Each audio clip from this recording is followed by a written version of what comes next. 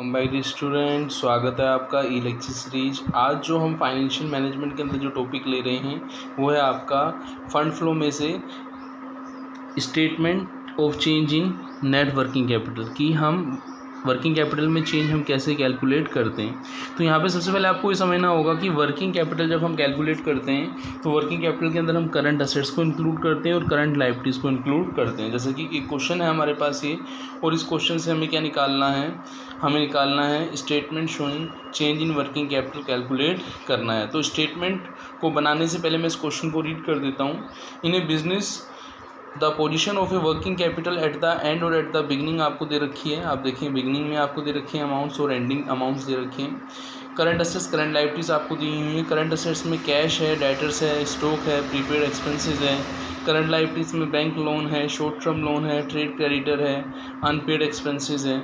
आप देखें तो आपको बोला गया है prepare a statement showing change in working capital आपको बनाना है। आपको वो स्टेटमेंट बनाना है जिसमें हम चेंज इन वर्किंग कैपिटल को कैलकुलेट करते हैं। तो यहाँ पे आप ये देखेंगे कि जो अपना चेंज इन वर्किंग कैपिटल का जो फॉर्मेट होता है वो नेक्स्ट पेज पे हमने बना रखा है।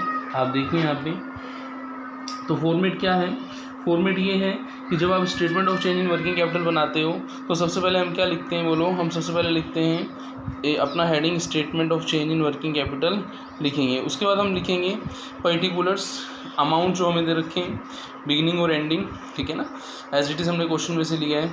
ए हम लिखेंगे करंट असेट्स, करंट असेट्स के अंदर कैश है, डेटर्स है, स्टॉक है, प्रीपेड एक्सपेंसेस है, टोटल करंट असेट्स ए कर दिया हमने।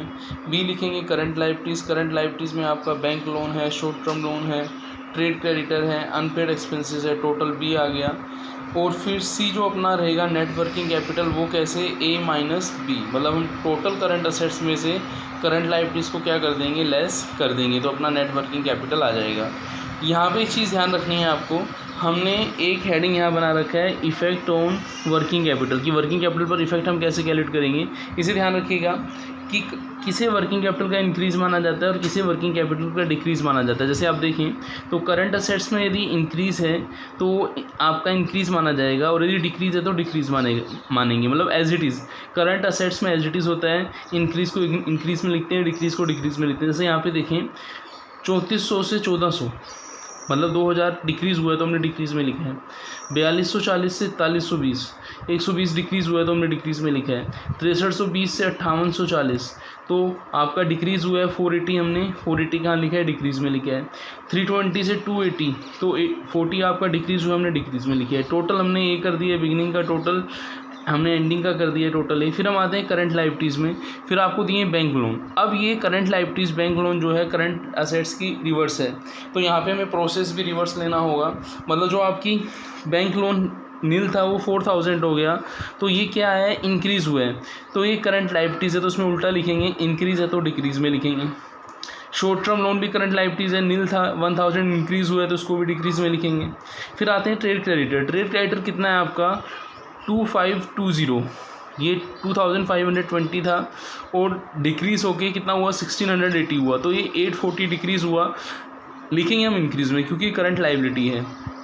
फिर आपका है अनपेड एक्सपेंसेस 4200 और यहाँ पे है 3280, ये भी डिक्रीज़ हुआ है 920, ये भी करंट लायबिलिटी से करंट डिक्रीज़ का है, इंक्रीज़ में लिखा जाएगा।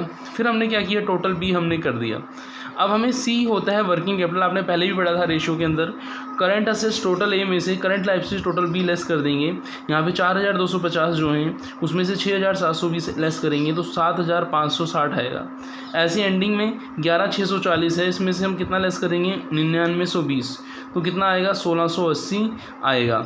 तो यहाँ पे आप ये देखें कि इन दोनों में ज़्यादा कौन सा है, तो आप कहेंगे 7560 और 1680 में से 7560 ज़्यादा है, तो यहाँ पे हमने नील लिखा। यहाँ पे बैलेंस से कितना आएगा 5880, क्योंकि 7000 पूरा करने के लिए 7560 पूरा करने के लिए इस 1680 में हमें कितना ऐड करना होगा बोलो, 5880 ऐड करना होगा। ऐसे में देखेंगे यहाँ पे भी आप देखेंगे तो जब हम टोटल करेंगे इंक्रीज़ वाली कॉलम का और टोटल करेंगे डिक्रीज़ का, तो डिक्रीज़ ज़्यादा आएगा और वो 7640 आएगा। इस 7640 को पूरा करने के लिए हमें बैलेंसिंग फिगर से कितना 5880 लिखना होगा। और यहाँ पे ध्यान रखिएगा जब ये अमाउंट बैलेंसिंग फिगर से कहाँ आता है बोलो, इंक्रीज़ में, तो इसको हम क्या मानते हैं, डिक्रीज़ इन वर्किंग कैपिटल मानते हैं। तो इसको हम क्या मानते हैं, डिक्रीज़ इन वर्किंग कैपिटल मानते हैं। अब यहाँ पे हमने इस क्वेश्चन को तो समझा ही है कि ये क्वेश्चन क्या बता रहा है कि यहाँ डिक्रीज वर्किंग कैपिटल है आपका 5880, और हमने इस क्वेश्चन में हमसे पूछा भी यही था कि आपको क्या प्रिपेयर करना है, आपको प्रिपेयर करना है statement showing change in working capital, आपको प्रिपेयर करना है, जो हमने यहाँ पे प्रिपेयर किया। तो स्टूडेंट्स आपको समझ में आया होगा कि statement of change in working capital क्या होता है। Statement of change in working capital current assets और करंट लायबिलिटीज़ का डिफरेंस जो होता है, जिसको हम वर्किंग कैपिटल बोलते हैं, वर्किंग कैपिटल में इफेक्ट इंक्रीज डिक्रीज को बताता है। ठीक है ना, ये चीज़ आपको समझ में आई। तो नेक्स्ट लेक्चर में हम नेक्स्ट पार्ट करेंगे रेशियो एनालिसिस का। थैंक्स।